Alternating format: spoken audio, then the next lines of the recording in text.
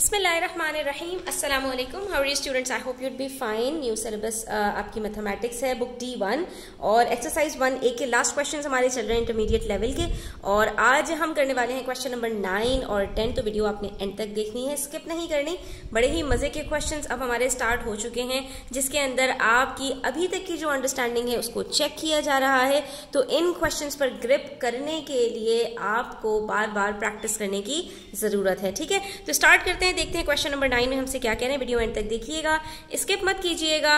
Video अच्छी लगे तो प्लीज लाइक कीजिएगा, अपने फ्रेंड्स के साथ जरूर शेयर कीजिएगा। यहां पर हमसे कह रहे हैं the volume of a box in the shape of a cube is 2197 centimetre cube. ठीक है, अब देखो यहां पर आपको इन्होंने एक स्टेटमेंट दी है, इसके अंदर इन्होंने बहुत सारी चीजों को कवर कर लिया। क्या कहा इन्होंने?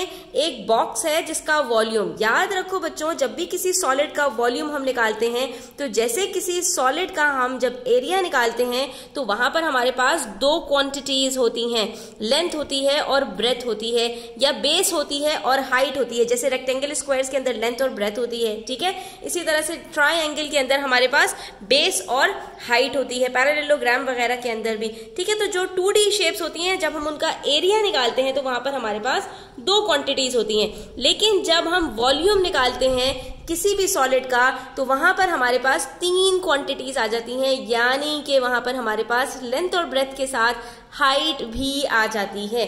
ठीक है, तो यहां पर जो वॉल्यूम होता है वो बेसिकली 3D शेप्स का होता है। ठीक है, अब ये चीजें आप अपनी क्लास 5 में पढ़ चुके हैं, इसलिए उन्होंने आपको इस तरह का क्वेश्चन दिया है। ऐसा नहीं है कि ये चीज बिल्कुल आपके लिए नई हो, क्योंकि आपका पूरा वॉल्यूम का चैप्टर कवर हो चुका है क्लास 5 के अंदर।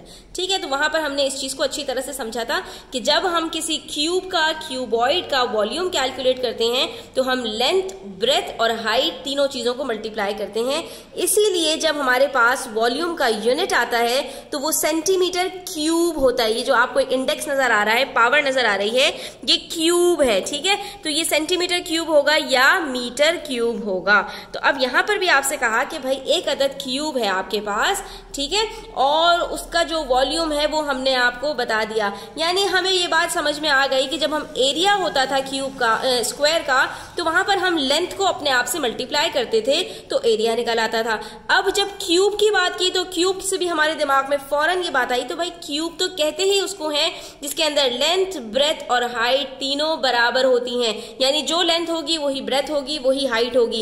यानी इसका मतलब ये हुआ कि अभी जो हम चीजें पढ़कर आए थे कि जहां पर एक नंबर को अपने आप से 2 मरतबा मल्टीप्लाई करो तो हमारे पास क्यूब निकल आता है। तो अगर उसका रिवर्स करना हो, यानी उल्टा जाना हो, किसी नंबर का क्यूब गिवन हो और उस नंबर को पता करना हो, तो हम क्या करते हैं, वहां पर क्यूब रूट निकाल लेते हैं। तो बिल्कुल ऐसा ही है कि वॉल्यूम अगर गिवन हो और लेंथ निकालनी हो तो हमने इस वॉल्यूम का क्यूब रूट निकाल लेना होता है। बिल्कुल इसी तरह जैसे अगर एरिया गिवन हो और लेंथ निकालनी हो तो एरिया का हम स्क्वायर रूट निकालते हैं, क्योंकि एरिया ऑफ स्क्वायर हमेशा हमारे पास एक किसी भी नंबर का परफेक्ट स्क्वायर होता है। बिल्कुल इसी तरह से वॉल्यूम किसी भी क्यूब का परफेक्ट क्यूब होता है। तो अब हमसे कह रहे हैं कि पहले आप जो है वो जो भी करना है आप कीजिए, हमें सिर्फ आप find the area of one side of the box, area जो है निकाल कर दे दीजिए बॉक्स के एक साइड का। तो बच्चों यहां पर इन्होंने अच्छी खासी खिचड़ी पका दी है। अब आपने इस खिचड़ी को बड़ी अच्छी तरीके से समझकर खाना है। I mean, इस क्वेश्चन को अच्छी तरह से समझना है। ये हमारे पास एक अदद क्यूब है, क्यूब के अंदर एक होती है लेंथ, एक होती है ब्रेथ और एक होती है हाइट। ठीक है, ये तीन चीजें होती हैं और इसके अंदर मजे की बात यह है कि इन तीनों की जो लेंथ है वो हमेशा बराबर होती है। फॉर एग्जाम्पल यहां पर अगर मेरे पास लेंथ 2 सेंटीमीटर है तो जब हम इसका वॉल्यूम निकालने के लिए जाएंगे तो हम क्या करेंगे, 2 इंटू 2 इंटू 2। ठीक है, अगर इसकी लेंथ 3 सेंटीमीटर है तो इसका वॉल्यूम क्या आएगा, 3 इंटू 3 इंटू 3। तो इसका मतलब क्या हुआ कि जो भी लेंथ होगी उसको हमने क्यूब कर देना है तो हमारे पास वॉल्यूम निकल कर आ जाएगा। ठीक है, तो 2 का क्यूब क्या होता है, 8 होता है, 8 इसका वॉल्यूम निकल आएगा। अगर लेंथ इसकी 3 सेंटीमीटर होगी तो इसका क्यूब क्या निकलेगा, 3 का क्यूब कर लेंगे हम, वो निकल आएगा हमारे पास 27, और जो भी हमारे पास यहाँ पर यूनिट गिवन होगा हम उसका क्यूब कर देंगे। लेकिन इन्होंने क्या किया, इन्होंने इस क्वेश्चन को रिवर्स कर दिया और हमसे कह दिया कि भाई वॉल्यूम ले लो। वॉल्यूम हम आपको बता देते हैं 2197 है। अब आपने क्या करना है, आपने लेंथ निकाल लेनी है। तो अब हम क्या करेंगे, हमें इन्होंने 8 बताकर और ये नंबर हमसे पूछ लिया, तो हमने क्या किया, 8 का क्यूब रूट निकाल दिया। क्यूब रूट हम कैसे निकालते थे, अगर आप याद करें तो हम प्राइम फैक्टराइजेशन यूज करते थे और वहां से क्यूब निकाल लेते थे। फॉर एग्जांपल यहाँ पर 8 का क्यूब रूट कैसे निकालूंगी, 2 इवन नंबर है, 2 से स्टार्ट किया, 2 4s are 8, 2 2s are 4, 2 1s are 2। एक हमारे पास यहाँ पर ग्रुप बन गया 3 प्राइम नंबर्स का, तो हमारे पास इसका मतलब है कि ये 2 का क्यूब बराबर होता है 8 के। तो बिल्कुल इसी तरह से हमारे पास अगर वॉल्यूम गिवन है, लेंथ निकालनी है, तो हम यहाँ क्या करेंगे स्टूडेंट्स, हम 2197 का यहाँ पर क्यूब निकालेंगे with the help of this prime factorization. अब यहाँ पर 2197 का वॉल्यूम निकालने के लिए हमने देखना पड़ेगा जो डिविजिबिलिटी रूल्स हमने सीखे हैं वो अप्लाई करेंगे यहाँ पर। ये 2 के टेबल में तो आ नहीं सकता, ऑड नंबर है। 3 के टेबल में चेक कर लेते हैं, 2 + 1 + 9 + 7 हमारे पास यहाँ पर इसका जो वो बन रहा है दैट इज 19, तो ये 3 के टेबल में भी नहीं आएगा। फिर हम इसको चेक कर लेते हैं कि क्या ये 5 के टेबल में आएगा, तो ये 5 के टेबल में भी नहीं आएगा। फिर 7 के टेबल में चेक कर लेते हैं, 7 के टेबल में आएगा। 7 का भी डिविजिबिलिटी रूल यहाँ पर अप्लाई नहीं हो रहा, ये 7 के टेबल में भी नहीं आएगा। उसके बाद हम नेक्स्ट प्राइम नंबर के जो है उसमें चेक करते हैं 11 में, क्या ये 11 के टेबल में आएगा, तो ये 11 के टेबल में नहीं आ रहा है स्टूडेंट्स। तो बिलाखिर हम इसको 13 के टेबल में चेक करेंगे कि क्या ये 13 के टेबल में आता है। तो जी हाँ, हमने इसको डिवाइड करके देख लिया कि 13 के टेबल में आ रहा है। और कब आ रहा है, 13 × 169, ठीक है। तो आपको यहाँ पर स्टूडेंट्स एटलीस्ट 20 तक के जो डिविजिबिलिटी रूल्स हैं उसको याद कर लीजिए ताकि आपको प्रॉब्लम ना हो। अब 169 हमें पता है कि ये 13 का परफेक्ट स्क्वायर होता है। मैंने आपसे कहा है कि 15 तक के परफेक्ट स्क्वायर्स आप याद कर लीजिए ताकि आपको इन नंबर्स में प्रॉब्लम ना हो, ठीक है। तो 13 का परफेक्ट स्क्वायर 169 है, 13 × 13। और उसके बाद हमने यहाँ पर देखा कि भाई यहाँ पर ये कंप्लीटली सॉल्व हो चुका है, 3 अदर 13 हमारे पास आ चुके हैं। इसका मतलब है 2197 is the perfect cube of 13, ठीक है। तो ये हमारे पास 2197 का परफेक्ट क्यूब आ गया है। इसका मतलब है यहाँ पर जो हमारे पास लेंथ आएगी वो क्या आएगी, 13 सेंटीमीटर्स। तो ये देखा आपने, वॉल्यूम इन्होंने हमें दिया था और हमने इसकी लेंथ यहाँ पर निकाल ली। कैसे कि हमने वॉल्यूम का क्यूब रूट निकाल लिया है, ठीक है। लेकिन सवाल यहाँ पर खत्म नहीं होता, पूछा इन्होंने हमसे एरिया निकालने के लिए है कि भाई अगर हम कोई भी एक साइड ले लें इसकी बॉक्स की, जैसे ये मैं फ्रंट साइड ले लूं, तो यहाँ पर मुझे इसका एरिया बता दीजिए कि इसका एरिया क्या होगा।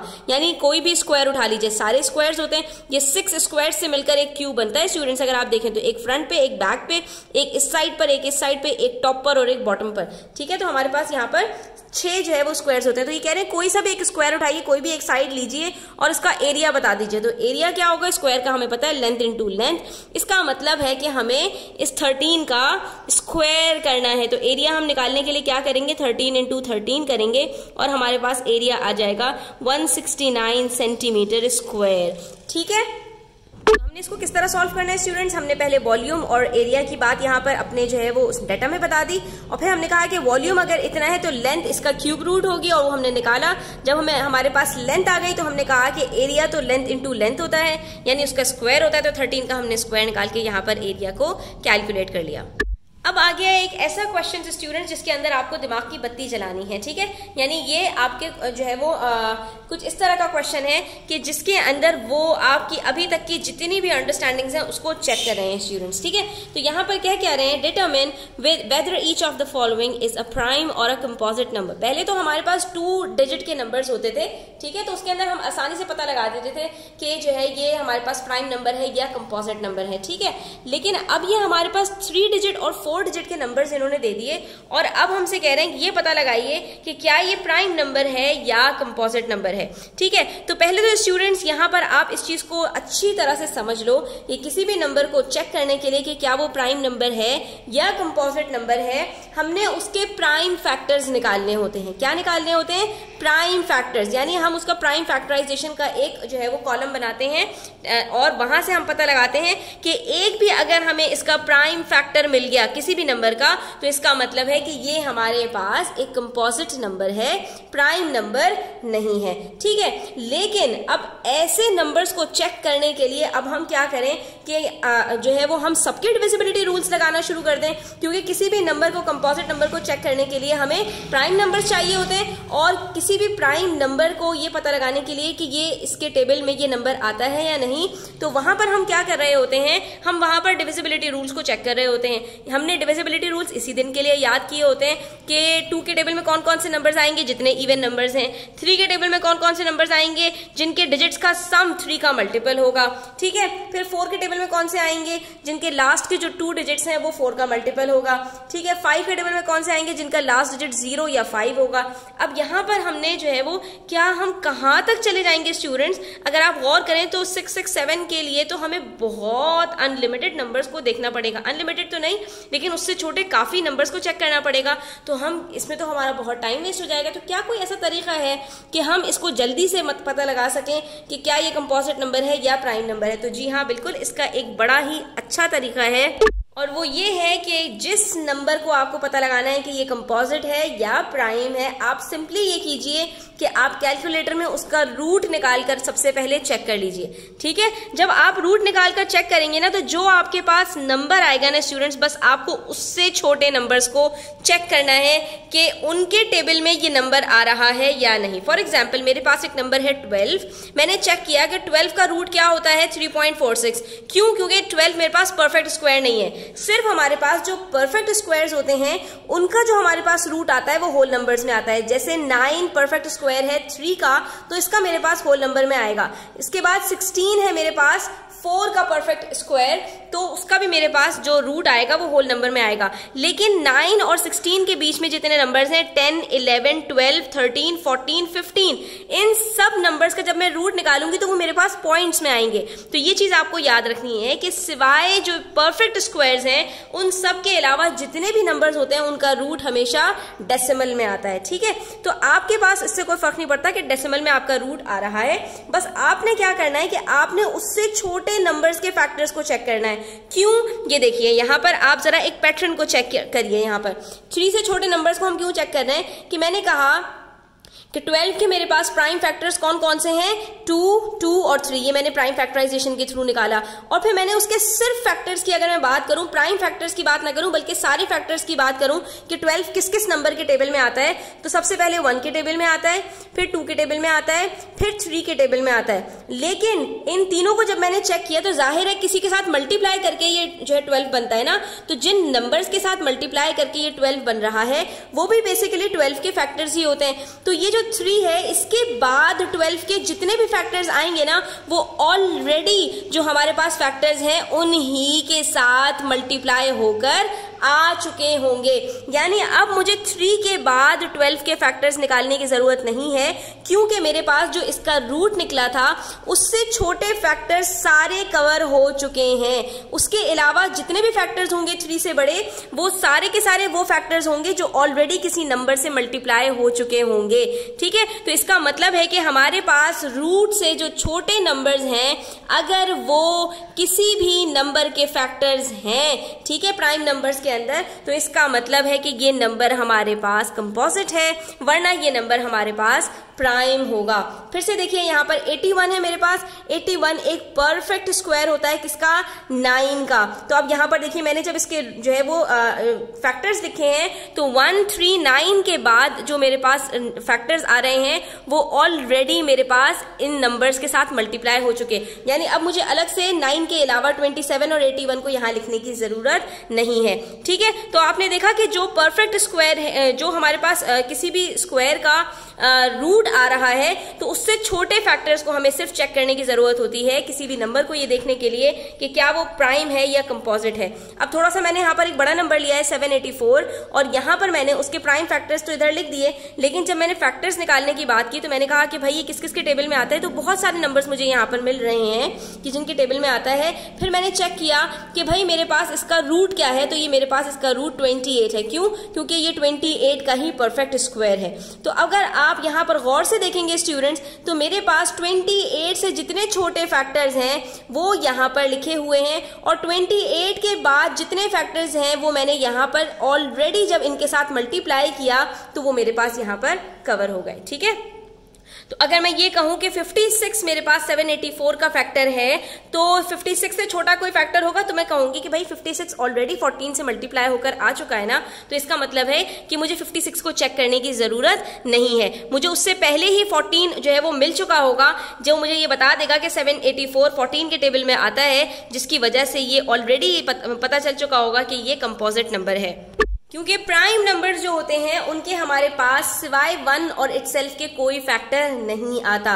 इसी तरह देखिए 338 मेरे पास जो मैंने इसका रूट निकाला तो वो मेरे पास 18.38 आया। तो आप देख सकते हैं कि यहाँ पर मेरे पास उसके जो फैक्टर्स उससे छोटे हैं वो 1, 2 और सिर्फ 13 है, बाकी जो हैं वो उससे बड़े हैं, तो इनको मुझे चेक करने की जरूरत नहीं है।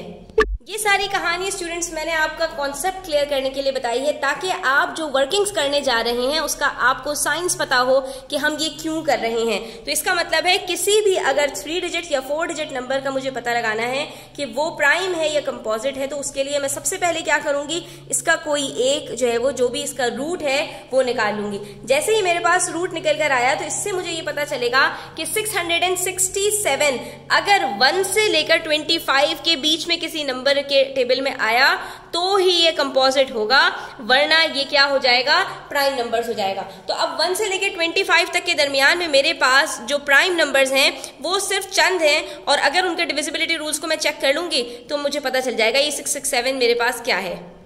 इसके बीच में हमारे पास जो प्राइम नंबर्स आ रहे हैं वो कौन कौन से, 2, 3, 5, 7, 11, 13, 17, 19, 23। ठीक है, बस हमें इनसे चेक करना है। अब डिविजिबिलिटी रूल्स को दिमाग में रखिए और फौरन चेक करते जाते हैं।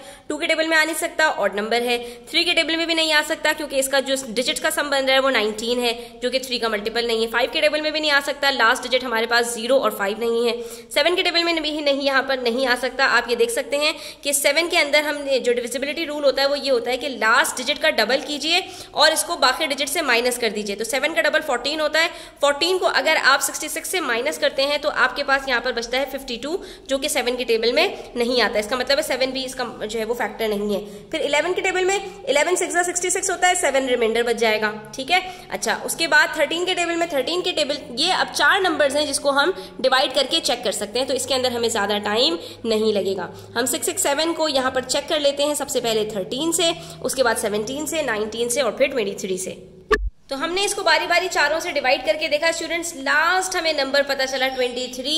तो जब ये हमने देखा कि भाई ये 23 से कम्प्लीटली डिवाइड हो गया तो हमें पता चल गया अच्छा भाई ये 23 के टेबल में आता है, तो ये क्या हो गया, हमारे पास कंपोजिट नंबर है। ठीक है, अच्छा अब इसके लिए देखिए स्टूडेंट्स हमने क्या किया, फिर से मैं आपको रिवाइज कर दूं कि हमने सिर्फ और सिर्फ इसका रूट निकाला। जब हमारे पास रूट निकल कर आ गया तो हमने डिविजिबिलिटी रूल्स अप्लाई किए पहले शुरू के नंबर्स में, उसके बाद जब थोड़े से बड़े नंबर्स आए तो हमने इनको डिवाइड करके देख लिया। जब हमने इनको डिवाइड करके देखा तो हमें लास्ट नंबर के अंदर नजर आया कि भाई ये 23 के टेबल में आ रहा है, तो इसका मतलब है कि ये कंपोजिट नंबर है। बाकी नंबर्स को आपको कंप्लीटली डिवाइड करने की स्टूडेंट जरूरत नहीं है। जहां पर आपको नजर आ रहा है कि भाई रिमाइंडर बच रहा है और 13 अब जो है वो 17 को कंप्लीटली डिवाइड नहीं कर पाएगा, तो यही छोड़ दीजिए, इसको पूरा पूरा डिवाइड करके देखने की जरूरत नहीं है।